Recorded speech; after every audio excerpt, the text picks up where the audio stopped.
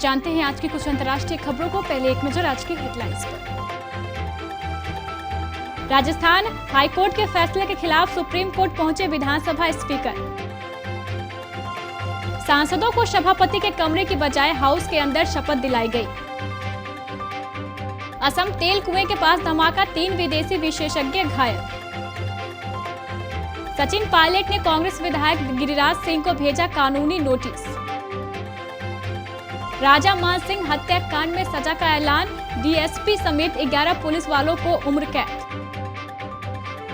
भारत में जल्द आएगी ऑक्सफोर्ड की वैक्सीन। चरम पर पहुंचा अमेरिका चीन का टकराव, 72 घंटे में ह्यूस्टन में वाणिज्य दूतावास बंद करने को कहा। सोने के दाम ने लगाई हाफ सेंचुरी, रिकॉर्ड ऊंचाई पर पहुंचे सोने के दाम।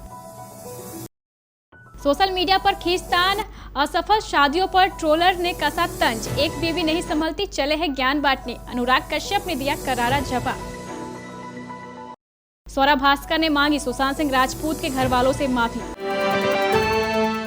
राजस्थान में जारी सियासी संग्राम में फिर नया मोड़ आया है। मंगलवार को हाईकोर्ट ने बागी विधायकों पर कोई एक्शन लेने पर रोक लगा दी थी, जिसके खिलाफ राजस्थान विधानसभा के स्पीकर ने सुप्रीम कोर्ट का दरवाजा खटखटाया है। अब गुरुवार को विधानसभा स्पीकर की याचिका पर सुप्रीम कोर्ट सुनवाई कर सकता है। सुप्रीम कोर्ट के लिस्ट के हिसाब से राजस्थान विधानसभा के स्पीकर की याचिका गुरुवार के लिए लिस्टेड दिखाई दे रही है। हालांकि अभी सुप्रीम कोर्ट की गुरुवार की फाइनल केस लिस्ट नहीं आई है।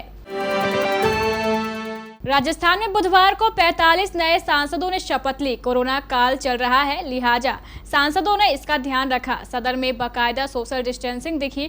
सभापति वेंकैया नायडू ने निर्देश दिया कि दस्तखत करने के बाद सांसद पेन अपने साथ ले जा सकते हैं। साइन करने के लिए पेन अलग से रखे गए थे। सांसदों को सभापति के कमरे की बजाय हाउस के अंदर शपथ दिलाई गई। असम के तिनसुकिया स्थित ऑयल इंडिया के तेल के कुएं के पास विस्फोट हुआ है। इस घटना में 3 लोग घायल हो गए हैं। इन्हें इलाज के लिए अस्पताल भेज दिया गया है। इससे पहले जून की शुरुआत में भी तेल के कुएं में भीषण आग लग गई थी। ऑयल इंडिया लिमिटेड के प्रवक्ता त्रिदीप हजारिका ने बताया है कि तिनसुकिया जिले के बागजान में ऑयल इंडिया के कुएं नंबर 5 के पास विस्फोट हुआ है। राजस्थान में जारी राजनीतिक रसाकसी अपने चरम पर है। इधर राजस्थान हाईकोर्ट से बड़ी राहत मिलने के बाद कांग्रेस के बागी और पूर्व उप मुख्यमंत्री सचिन पायलट ने अपने ऊपर लगाए 35 करोड़ रुपए रिश्वत लेने के आरोप पर कांग्रेस विधायक गिरिराज सिंह को कानूनी नोटिस भेजा है। पायलट ने अपने वकील के जरिए कांग्रेस विधायक गिरिराज सिंह को कानूनी नोटिस दिया है। पायलट ने नोटिस में झूठे और तुच्छ आरोप लगाने के लिए 7 दिनों के अंदर 1 रुपए की राशि और प्रेस के सामने लिखित माफी की भी मांग की है। राजा मान सिंह हत्याकांड में 8 बार फाइनल बहस हो गई थी और 19 जज भी बदल चुके थे। राजा के खिलाफ मंच और हेलीकॉप्टर तोड़ने के मामले में सीबीआई ने एफआईआर लगा दी थी। 1700 से अधिक तारीखें भी मुकदमे में पड़ी, जबकि अनुमान के मुताबिक मुकदमे में आरोपित बनाए गए 18 पुलिसकर्मियों की सुरक्षा में 15 करोड़ रुपए से अधिक का खर्च भी हुआ। 35 साल बाद इस बहुचर्चित मामले में हत्या के दोषी करार हुए पुलिसकर्मियों को आजीवन कारावास की सजा सुनाई गई है। राज परिवार की तरफ से विजय सिंह, गिरेंद्र कौर, कृष्णेंद्र कौर दीप, दुष्यंत सिंह, गौरी सिंह, दीपराज सिंह कोर्ट में मौजूद रहे। साथ ही राजस्थान सरकार मुठभेड़ में मारे गए लोगों के परिजनों को 30-30 लाख और घायलों के परिजनों को 2-2 हजार का मुआवजा देगी।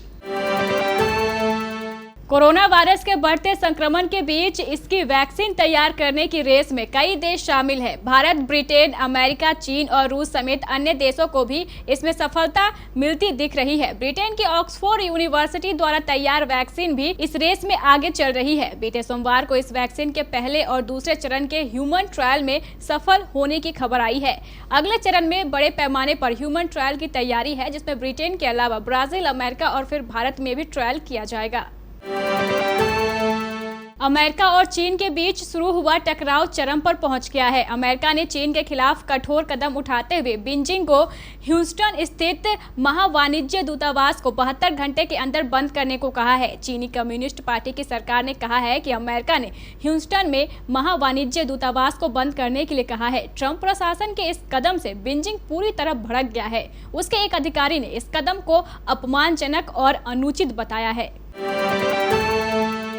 घरेलू वायदा बाजार में बुधवार को सोना और चांदी ने नया रिकॉर्ड कायम किया। सोने का भाव पहली बार 50,000 रुपये प्रति 10 ग्राम के मनोवैज्ञानिक स्तर को पार कर गया, जबकि चांदी 61,000 रुपये किलो से ऊपर तक उछली। अंतर्राष्ट्रीय बाजार में सोने और चांदी में आई जोरदार तेजी से संकेत पाकर महंगी धातुओं ने भारतीय वायदा बाजार में जबरदस्त छलांग लगाई। भारतीय वायदा बाजार में चांदी का भाव 23 जनवरी 2013 को 59,974 रुपये प्रति किलो तक उछला था, जो कि इससे पहले का रिकॉर्ड स्तर था। एक्सपर्ट का कहना है कि कोरोना वायरस के बढ़ते मामलों के बीच सोने और चांदी में जमकर निवेश हो रहा है। बॉलीवुड सेलेब्स का सोशल मीडिया पर ट्रोल होना कोई नई बात नहीं है। हाल ही में फिल्म मेकर अनुराग कश्यप को एक ट्रोलर ने उनकी पर्सनल लाइफ को लेकर ट्रोल किया, जिसका उन्होंने भी करारा जवाब दिया। अनुराग के किसी ट्विटर पर एक ट्रोलर ने रिप्लाई करते हुए लिखा, एक बीवी नहीं संभलती, चले हैं ज्ञान बांटने। इस पर अनुराग ने जवाब देते हुए लिखा, औरतों को संभालना नहीं पड़ता, वो खुद को संभाल सकती हैं और तुमको और तुम्हारे खानदान को भी। जब नहीं जमा तो वो चली गई, गुलाम नहीं थी किसी की, मैं बांध के नहीं रखता। बाकी आपका माहौल ठीक है या नहीं, ये देखें। सुशांत सिंह राजपूत की सुसाइड के बाद से ही बॉलीवुड में इनसाइडर्स और आउटसाइडर्स की बहस छाई हुई है। कंगना रनौत ने अपनी हालिया इंटरव्यू में सुशांत की मौत को एक प्लान्ड मर्डर बता दिया था और इस इंटरव्यू के दौरान ही उन्होंने तापसी पन्नू और स्वरा भास्कर जैसे सितारों को भी बी ग्रेड एक्ट्रेस कहते हुए उन्हें चापलूस कह डाला था। इसके जवाब में तापसी और स्वरा ने भी तीखी प्रतिक्रिया दी है और तीनों अभिनेत्रियों के बीच ट्विटर वॉर देखने को मिल रहा है। अब स्वरा भास्कर ने सुशांत सिंह राजपूत के परिवार से सोशल मीडिया पर माफी मांगी है। स्वरा ने अपने ट्विटर अकाउंट में लिखा, मैंने आत्ममंथन किया और मुझे एहसास हुआ कि सुशांत सिंह राजपूत के परिवार ने जितनी बार उनका नाम हम लोगों की बहस में सुना है, उस लिहाज से हमें उन लोगों से माफी मांगनी चाहिए। ये हमारे बारे में नहीं है। सुशांत की फिल्म जल्दी रिलीज होने वाली है, हमें उनकी यादों को सेलिब्रेट करना चाहिए और विनम्र होना चाहिए।